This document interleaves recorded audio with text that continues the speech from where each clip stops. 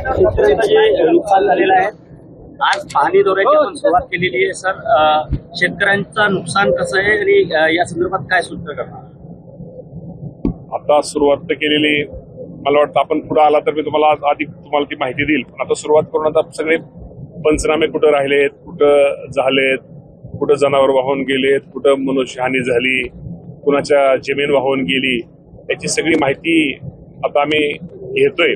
आणि आपल्या सगळ्यांना माहिती आहे की जे राज्यामध्ये खूप मोठी अतिवृष्टी झाली त्याचा सगळ्यात फटका नांदेड जिल्हा आणि 2 नंबर हा वाशिम जिल्ह्याला बसलेला आहे।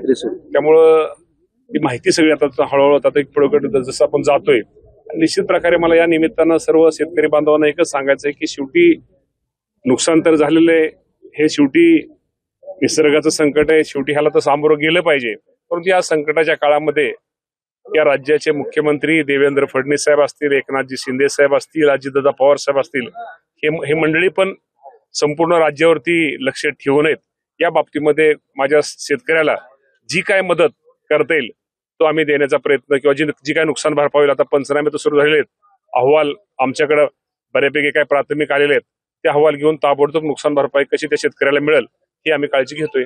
सर, वाशिम जिले में छह बार बाढ़ आने वाला गांव था, धार पिंपरी करके सरहद पिंपरी करके गांव है सर। कल कलेक्टर मैडम का 5 मिनट में वहां से दौरा खत्म हो चुका था, जिसके बाद पिंपरी सरहद के किसानों ने रोष व्यक्त किया था और आपके दौरे से उस गांव का नाम भी निकाल दिया गया है।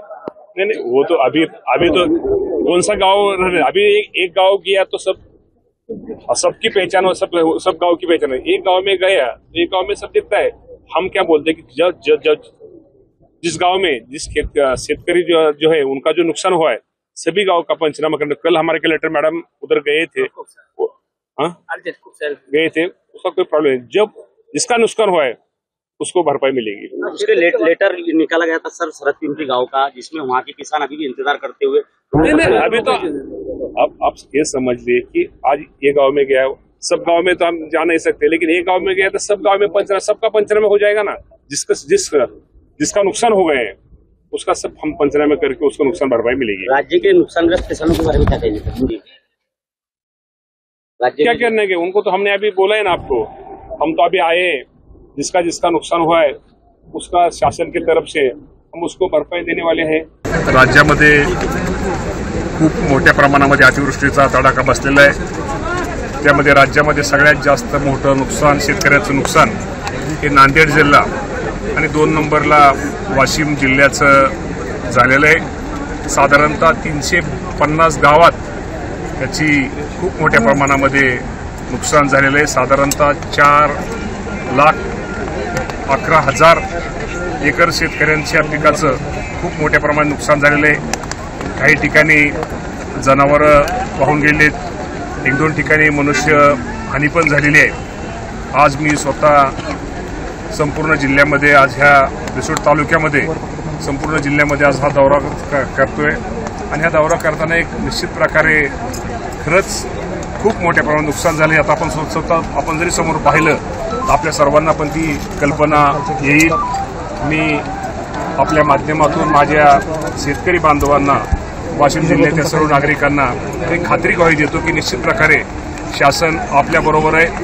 या राज्याचे मुख्यमंत्री देवेंद्र फडणवीस साहेब असतील, एकनाथजी शिंदे साहेब असतील, अजितदादा पवार साहेब असतील, या सर्वांचं लक्ष राज्यावरती आहे। वाशिम जिल्ह्यावरती पण ते संपूर्ण परिस्थितीची माहिती हे तिघही घेत आहेत। पालकमंत्री म्हणून मी त्या सर्वांना देण्याचा प्रयत्न करतोय।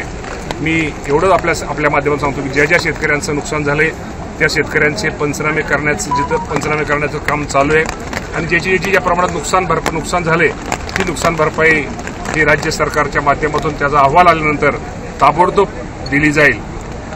सर, नियम निकष बाजूला ठेवून शेतकऱ्यांसाठी काय विशेष पॅकेज जाहीर करता येईल का?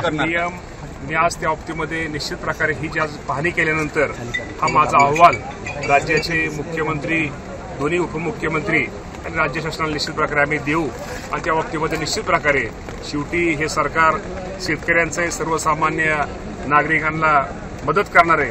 त्या बाबतीमध्ये निश्चित प्रकारे या बाबतीमध्ये ते निर्णय घेतील, परंतु खूप मोठ्या प्रमाणामध्ये शेतकऱ्यांचं वाशिम जिल्ह्यामध्ये नुकसान झालेलं आहे. साहेब केंद्राकडे काय विशेष मागणी करणार आहात का?